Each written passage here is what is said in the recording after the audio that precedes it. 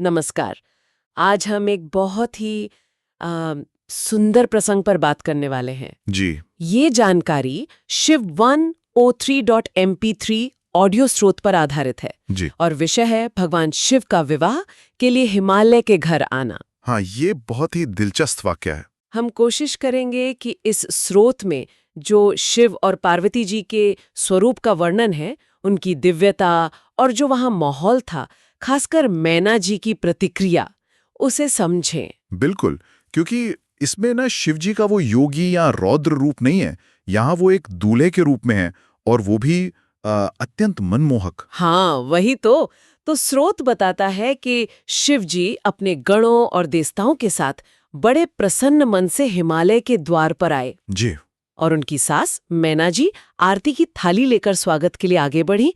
पर जैसे ही उन्होंने शिव जी को देखा, वो तो बस देखती रह गई। हाँ, उनका जो वर्णन है स्रोत में वो कमाल का है।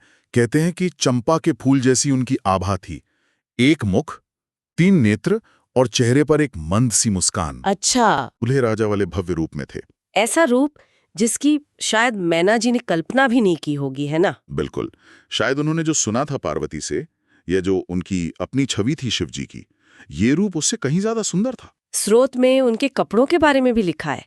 अग्नि की तरह निर्मल, बहुत कीमती वस्त्र और चंदन, कस्तूरी ऐसे सुगंधित लेप भी लगाए हुए थे। जी हाँ, और कहते कि हाथ में एक रत्न वाला दर्पण भी था, आंखों में काजल।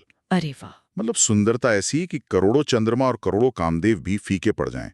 तो मैना जी की जो प्रतिक्रिया थी, वो सिर्फ खुशी की थी या उसमें कुछ और भी था, जैसे हैरानी? देखिए, खुशी तो थी ही, पर उससे ज्यादा मुझे लगता है विस्मय था, एक गहरा आश्चर्य और शायद एक तरह की राहत भी। राहत किस बात की? शायद जो पहले कुछ आशंकाएं रही होंगी मन में, शिवजी के वैरागी स्वभाव को लेकर, वो सब धुल गईं। इतना सुंदर वर देखकर वो तो अपना सारा दुख, सारी चिंता भूल गईं, बस परम आनंद में डूब गईं। और अपने भाग्य को, अपने कुल को सराहने लगी। जी हाँ, और ऐसा नहीं कि सिर्फ मैना जी ही प्रभावित हुईं। अच्छा, और कौन? स्रोत कहता है कि वहां जो दूसरी स्त्रियां थीं, वो भी शिवजी के रूप को देखकर मोहित हो गईं। सब पार्वती को बहुत भाग्यशाली मान रही थी कि ऐसा वर मिला। सच में, उधर देवताओं में भी जश्न का माहौल बन गया होगा। बिल्कुल। गंधर्व गाने लगे, अप्सराएं नाचने लगी, तरह तरह के बाजे बजने लगे, पूरा उत्सव वाला माहौल। और हिमाचल जी ने, यानी पार्वती के पिता ने, उन्होंने द्वार पर जो भी पारंपरिक रस्में होती हैं, वो सब पूरे सम्मान के साथ निभाई, मंगलाचार वगैरह। इसके बाद शिवजी अपनी बारात के साथ जनवासे चले गए होंगे। हाँ, जो वर पक्ष के ठहरने की जगह तय की गई थी, वहां चले गए। पर इसी बीच एक और बहुत महत्वपूर्ण दृश्य हुआ। वो क्या? पार्वती जी, वो अपनी कुलदेवी अंबिका जी की पूजा करने के लिए महल से बाहर निकली। ओहो, हाँ, उनका भी वर्णन तो होगा। बहुत सुंदर वर्णन है। उनकी आभा नीले अंजन, मतलब गहरे नीले काजल जैसी बताई है। हर अंग एकदम मनोहर। और उनकी नजरें? कहते हैं कि उनकी नजरें सिर्फ और सिर्फ शिवजी पर टिकी थीं। चेहरे पर वही मंद मुस्कान और थोड़ी सी कटाक्ष वाली चितवन। वाह! और उनके आभूषण? वो भी रत्नों से सजी थीं। गले में हार, बाहों में बाजूबंद, कंगन, कानों में कुंडल, दांतों की चमक मोतियों जैसी, होंठ बिंब फल जैसे लाल, पैरों में पायल और महावर की सुंदरता का भी जिक्र है। उनके हाथ में भी कुछ था क्या, जैसे शिवजी के हाथ में दर्पण था? हाँ, ये दिलचस्प है। उनके एक हाथ में भी रत्न जड़ित दर्पण था और दूसरे में एक क्रीड़ा कमल, मतलब खेलने वाला कमल। दर्पण और कमल, इसका कोई खास मतलब? हो सकता है दर्पण शायद आत्म सौंदर्य या आत्मज्ञान का प्रतीक हो, और कमल पवित्रता और सृजन का। खैर, उनके इस दिव्य रूप को देखकर तो वहां जितने देवता थे, सबने उन्हें जगत जननी मानकर सिर झुका दिया। सबने प्रणाम किया। हाँ।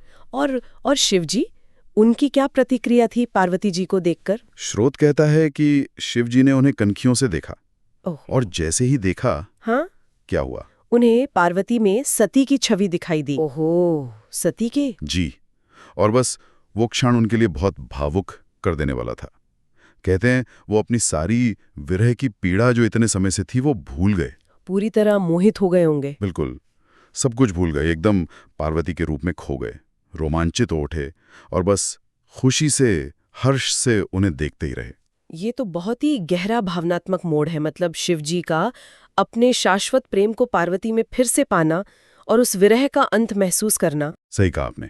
इसके बाद पार्वती जी पूजा करके वापस लौट गईं और शिव जी भी ब्रह्मा जी, विष्णु जी और बाकी देवताओं के साथ जनवासे में चले गए, जहां हिमाचल जी ने उनका स्वागत सत्कार किया।